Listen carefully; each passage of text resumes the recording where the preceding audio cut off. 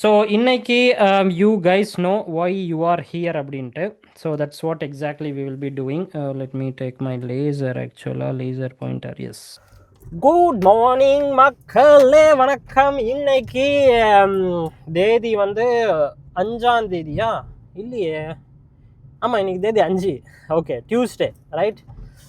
So Tuesday அருமையான ஒரு வெதருங்க. நேற்றுமே செமையாக இருந்தது வெதரு, இன்றைக்குமே சூப்பராக இருக்குது. அதே வெதர் மெயின்டைன் ஆகிட்டு இருக்கு.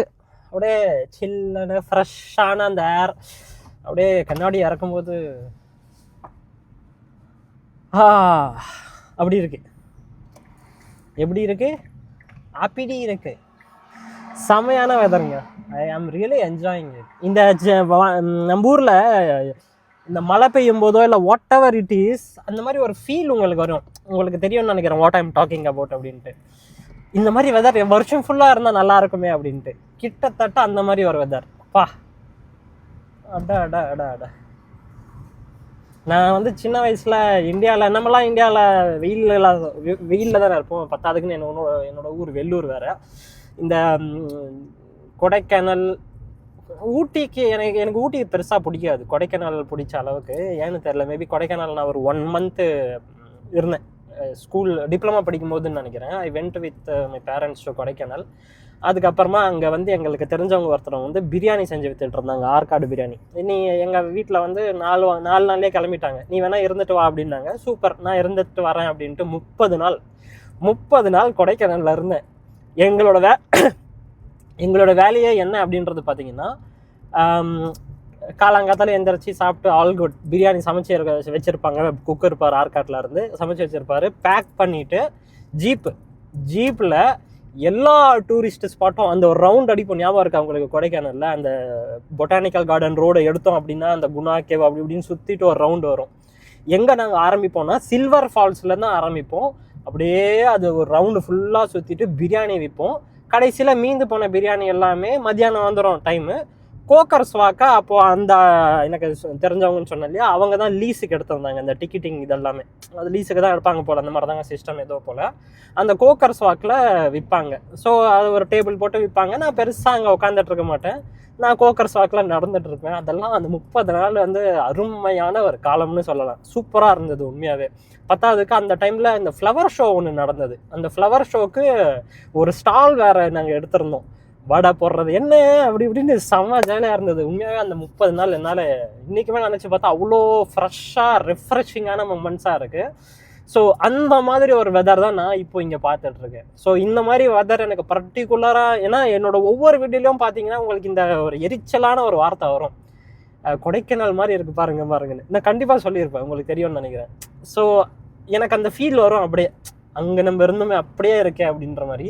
இப்போ வந்து இட்ஸ் கம்ப்ளீட்லி டிஃப்ரெண்ட்டுங்க கொடைக்கானல். ஒரு டூ மச் ஆஃப் டூரிஸ்ட்டு ஒன்று, அதுக்கப்புறமா வெயிலும் ஜாஸ்தி ஆயிடுச்சுன்னு நினைக்கிறேன். I'm not sure.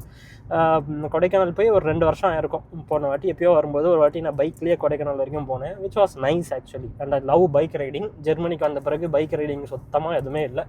பட் என்னோடய பக்கெட் லிஸ்ட்டில் இருக்கிற ஒரு முக்கியமான விஷயம், இந்தியாவில் டாப் டு பாட்டம் வரைக்கும் ஒரு நாள் பைக் ரைடிங் பண்ணணும் அப்படின்ட்டு கண்டிப்பாக பண்ணுவேன். இது எல்லாமே பக்கெட் லிஸ்ட்டில் தான் வச்சுருக்கேன். ஸோ இப்போதைக்கு நிறைய விஷயங்கள் போயிட்டுருக்கிறதுனால I could not able to do it. Soon என்னோடய ஜாபையும் நான் குவிட் பண்ணிடுவேன். மோஸ்ட்லி இந்த வருஷத்துக்குள்ளே நடந்துரும்னு நினைக்கிறேன். I hope if it happens things is going to change completely அப்படின்ட்டு அந்த ஒரு ஸ்டேஜை ஓகே தான் நான் ஓடிக்கிட்டு இருக்கேன். So yeah, will see how every thing கோஸ். இப்போ நான் என்ன போயிட்டுருக்கேன், மணி வந்து பார்த்தீங்கன்னா 7:32. எங்கே போயிட்டுருக்கேன் அப்படின்ட்டு பார்த்தீங்கன்னா, இன்றைக்கி வந்து நம்மளோட கியா காரை வந்து சர்வீஸ்க்கு விடணும். கிட்டத்தட்ட 80,566 கிலோமீட்டர் ஓடி இருக்குது. அது சர்வீஸ் விடுறதுக்கு தான் போயிட்டுருக்கேன். இதில் முக்கியமான விஷயம் என்ன அப்படின்னா, த ரோடு, ஆக்சுவலாக நான் போகிற ரோடு. ஏன்னா உங்களுக்கு தெரியும் நான் எந்த மாதிரி ஒரு இடத்துல இருக்கேன் அப்படின்ட்டு. ஒரு மலைங்களுக்கு நடுவில் இருக்கிறேன், கொடைக்கானல் அகைன். ஸோ அந்த மாதிரி ஒரு இடத்துல தான் இருக்கேன்னு நான் சொல்லியிருந்திருப்பேன். ஸோ இப்போ நம்ம போகிற ரோடும் கொஞ்சம் சீனிக்காக இருக்கும். இது வந்து பைக்கர்ஸ் நிறைய விரும்புகிற இடம். ஆக்சுவலாக நிறைய பைக் அவங்கெல்லாம் இதில் இருப்பாங்க. So I will show you around how everything looks like அப்படின்றது. நீங்களும் பாருங்கள் and enjoy the view. Yeah, yes, இங்கே ஆக்சுவலாக நான் வீட்டிலேருந்து கிளம்பும்போதே இந்த மவுண்டன் ரோடு ஆரம்பிச்சிடும். பட் இங்கே இன்னும் கொஞ்சம் நல்லா இருக்கும் ஆக்சுவலாக பார்க்குறதுக்கு. அந்த மவுண்டன் வலைங்க பார்த்தீங்களா, அந்த தடுப்பு வளையங்கள்லாம் போட்டு வச்சுருக்காங்க. ஸோ இட்ஸ் அமேசிங் ஆல்வேஸ் இந்த ரோட்டில் போகும்போது. எப்போவுமே எனக்கு பிடிச்ச ஒரு ரோடு இது. ஒன் ஆஃப் த பிடிச்ச ரோடுன்னு நான் சொல்லலாம். எவ்வளோ அழகாக இருக்குது பாருங்களேன். வெதர், வெயில் இல்லை, மேகமூட்டம்னு சொல்ல முடியாது. க்ளவுட்ஸை பார்த்தாவே உங்களுக்கு தெரியும் the sun wants to come outside, but still something, அந்த சன்ரைஸ் இன்னும் ரீச் ஆகலை. நைஸ் இல்லை? எவ்வளோ அழகாக இருக்குது ரோடு. ஜஸ்ட் இமேஜின், உங்ககிட்ட ஒரு Yamaha RX100ஓ இல்லை ஒரு ராயல் என்ஃபீல்டோ ஏதோ ஒரு பைக்கு அப்படியே இந்த வளைவில் அப்படியே ஜல்லுன்னு போகிறீங்க. எவ்வளோ அழகாக இருக்கும், right? So I just wanted you to enjoy this entire video with this trip.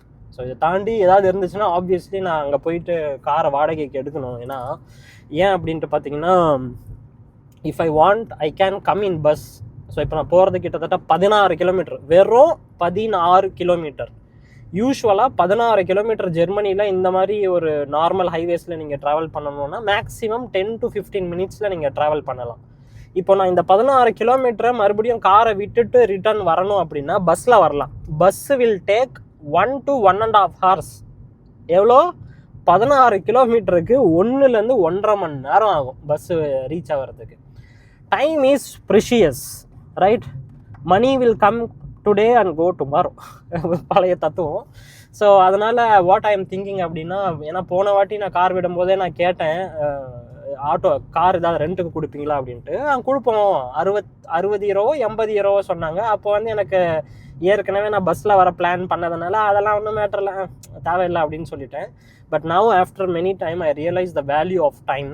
So each second you burn is something happening which you will never get it back. அதனால் காசு போனாலும் பிரச்சனை இல்லை அப்படின்ட்டு இந்த வாட்டி வாடகைக்கு கார் எடுத்துகிட்டு வந்துடலான்னு. ஸோ டைரெக்டாக வாடகைக்கு கார் எடுத்துகிட்டு கம்பெனிக்கு போயிட்டு அவங்க ஃபோன் பண்ணுவாங்க ஒன்ஸ் கார் ரெடியான பிறகு. ஸோ முடிச்சுட்டு தென் we will come back. So இந்த ஊர் பார்த்தீங்கன்னா, இந்த ஊர் பேர் வந்து லிண்டன் ஃபெல்ஸ் அப்படின்ட்டு இந்த ஊர் பேர்.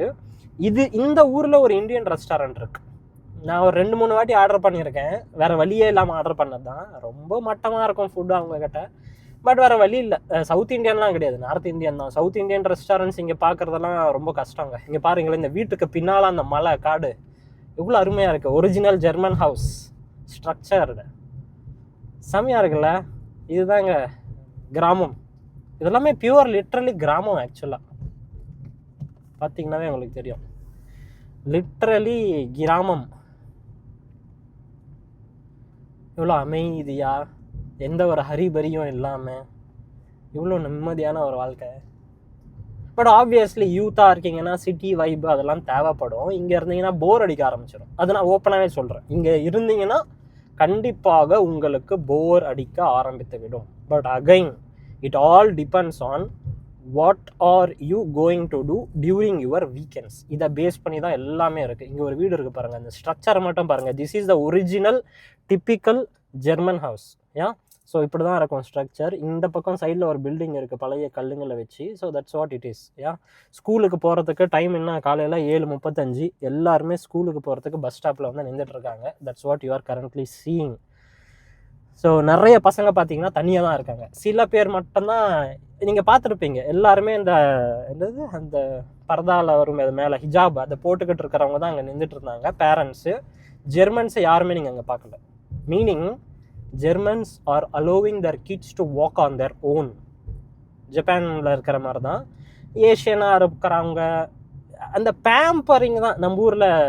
ஏன்னு எனக்கு புரியல. பசங்களை வெளியில் விட்டால் தான் என்ன, ஆப்வியஸ்லி நிறைய தப்பும் நடக்கும், நிறைய நல்லதும் நடக்கும், which I understand, I know it.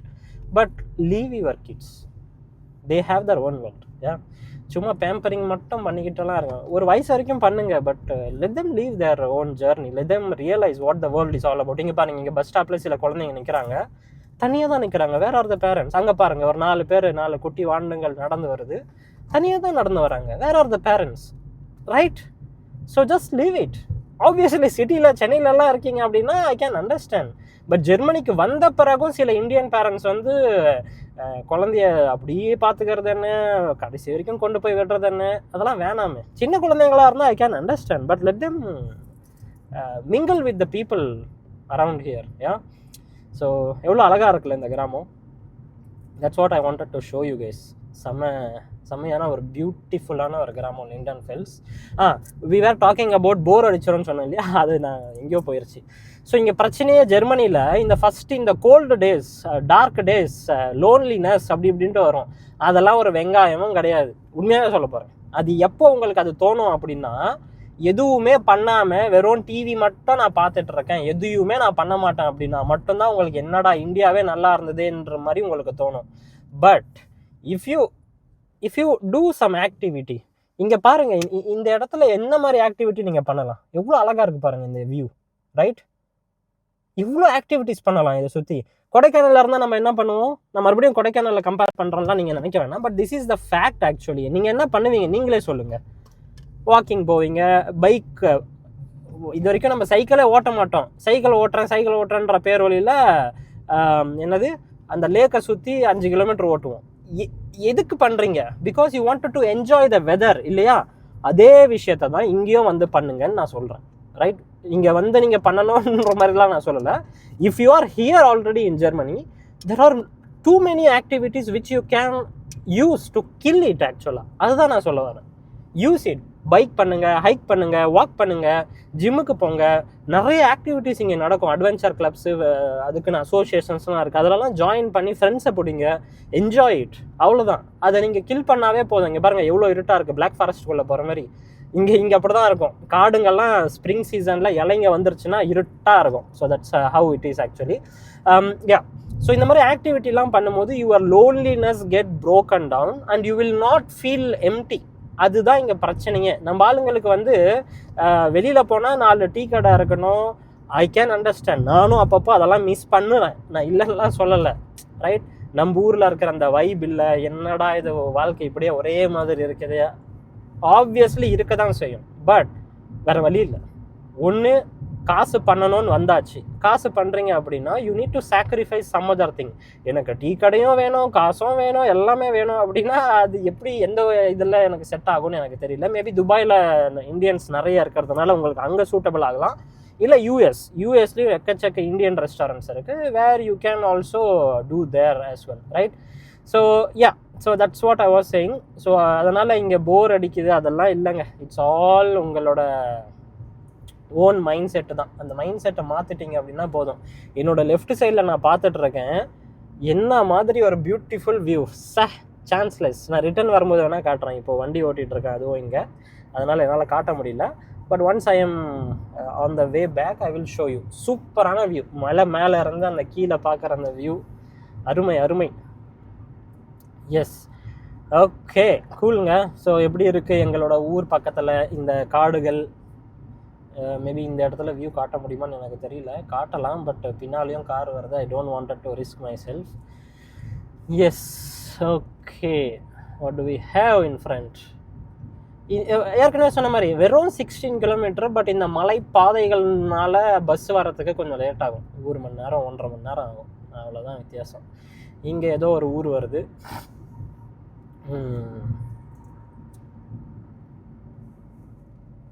இந்த ஊர் பேர் வந்து கோல்ம்பாக். இங்கே பெருசாக எதுவும் இல்லை. ஏதோ ஒரு இண்டஸ்ட்ரி, சின்ன கல்லுங்களை வச்சு பிளாக் செய்கிற ஒரு கம்பெனி இருக்குது. அதுக்கப்புறமா இங்கே இந்த கிராமம் ஓரளவுக்கு ஸ்டார்ட் ஆகுது. எவ்வளோ அமைதியாக இருக்கு பாருங்கள். ரோடே காலியாக இருக்குது. மணி 7:40. இந்த 7:40 அப்படியே தூக்கிட்டு போய் பெங்களூரோட கம்பேர் பண்ணுங்கள், இல்லை சென்னையோட கம்பேர் பண்ணுங்கள். இந்த ரோடு எப்படி இருக்குன்னு மட்டும் யோசிச்சு பாருங்களேன், ரைட்? ஸோ செம. நான் இங்கே ஜெர்மனியை பற்றி புகழ்ந்து பேசுகிறேன், அதெல்லாம் இங்கே எதுவுமே கிடையாது. I'm not talking about Germany here. I'm talking about the system, the structure. எவ்வளோ அமைதியான ஒரு இடம். ஆப்வியஸ்லி நம்ம ஒரு கிராம சைடு போனாலும் இந்த மாதிரி இருக்கும், நான் இல்லைன்னா சொல்லலை, ரைட்? பட் ஆனால் how to make money in villages at our place? Obviously நீங்கள் பிஸ்னஸ் பண்ணலாம். அதை தாண்டி what else? That's a $1 million question. Yeah, right. Okay, எனக்கு தெரிஞ்சு ஐ வில் ஸ்டாப் நவ்.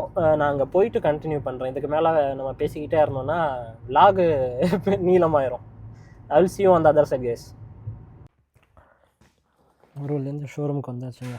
இந்த ஒரு கியா கார் சூப்பராக இருக்குல்ல. இதோட ரேட் என்னன்னு பார்ப்போம். வண்டி பேர் வந்து கியா EV6, 168 கிலோவாட், 66,000 ஹீரோ. கிட்டத்தட்ட நம்ம ஊருக்கு 70 லட்சம் வரும்னு நினைக்கிறேன் இந்த கார். எஸ்,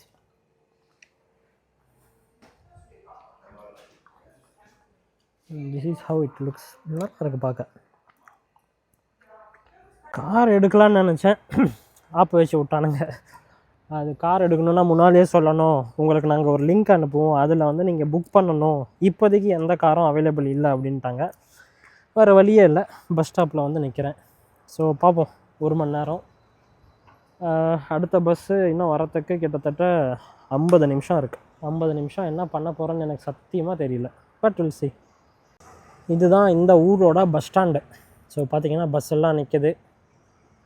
ஒரு பஸ் இப்போ தான் வெளியில் போகுது, ப்ளூ கலர் பஸ்ஸு. அப்படியே இந்த பக்கம் திரும்பினீங்கன்னா ட்ரெயின் ஸ்டேஷனும் இருக்குது. So this is the train station. Wait பண்ணுவோம், வேறு வழி இல்லை.